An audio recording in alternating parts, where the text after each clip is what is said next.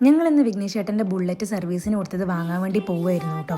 വിഘ്നേഷ് ചേട്ടൻ ഒറ്റയ്ക്ക് പോകാനായിരുന്നു നിന്നിട്ടുണ്ടായിരുന്നത്. ഞാനും സിംഗി ഞങ്ങളും ഉണ്ടെന്ന് പറഞ്ഞിട്ട് കൂടെ കൂടിയതാണ് കേട്ടോ. പോകുന്നതിൻ്റെ മുന്നുള്ള പ്രശ്നങ്ങളാണ് ഈ കാണുന്നത് മൊത്തം. എൻ്റെ വീട്ടിന് മുന്നിലുള്ള ഒരു ചെറിയ ഗാർഡനാണ് കേട്ടോ. ഞങ്ങൾക്ക് ആർക്കും ചെടിയോട് വലിയ താല്പര്യമില്ല എന്നതിലുപരി ഞങ്ങൾക്ക് നോക്കാൻ സമയമില്ല. അതുകൊണ്ട് ഞങ്ങൾ വാങ്ങി വെച്ച മൂന്ന് ചെടികളാണ് കേട്ടോ ഉള്ളത്. ഇത് ഞാൻ എപ്പോഴും പറയാനുള്ള പോലെ തന്നെ സിംഗി ഓട്ടോയിൽ കയറി കഴിഞ്ഞാൽ ഇങ്ങനൊരു ഡീസൻ്റായ കുട്ടിയെ വേറെ കാണാൻ പറ്റില്ല കേട്ടോ. അങ്ങനെ ബാംഗ്ലൂരിൽ ഞങ്ങൾ നട്ടുച്ച നേരത്തെ ഞങ്ങൾ ബുള്ളറ്റ് വാങ്ങാൻ വേണ്ടി പോയിരിക്കുകയാണ്. ഇതാണ് ആ റോയൽ എൻഫീൽഡിൻ്റെ ഷോറൂം കേട്ടോ.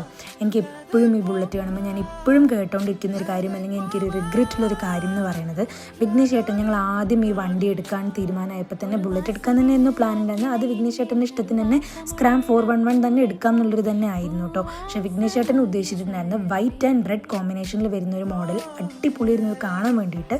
പക്ഷേ ആ സമയത്ത് എനിക്കതെന്തോ അത്രയ്ക്ക് താല്പര്യം തോന്നിയിട്ടുണ്ടായിരുന്നില്ല. അപ്പം ഞാനും വിഘ്നേഷ് ചേട്ടൻ്റെ ചേച്ചി രമ്യ ചേച്ചിയും കൂടിയിട്ട് അത് വേണ്ട, അല്ല ഞങ്ങൾക്ക് അത് വലിയ താല്പര്യമില്ല എന്നുള്ളൊരു അഭിപ്രായമായിരുന്നു. രമ്യ ചേച്ചി പറഞ്ഞത് എന്താ വെച്ച് കഴിഞ്ഞാൽ അത് മെയിൻറ്റെയിൻ ചെയ്യാൻ ബുദ്ധിമുട്ടായിരിക്കും, വെള്ളമായി കഴിഞ്ഞ് ചെളിയാവും എന്നൊക്കെ പറഞ്ഞിട്ട് ഞങ്ങൾ രണ്ടുപേരും അതിങ്ങനെ പറഞ്ഞപ്പോൾ വിഘ്നേഷ് ചേട്ടൻ ഞങ്ങളുടെ ഇഷ്ടത്തിന് അത് എടുക്കാതെ ഈ ഒരു കളർ കോമ്പിനേഷൻ എടുത്തു കേട്ടോ.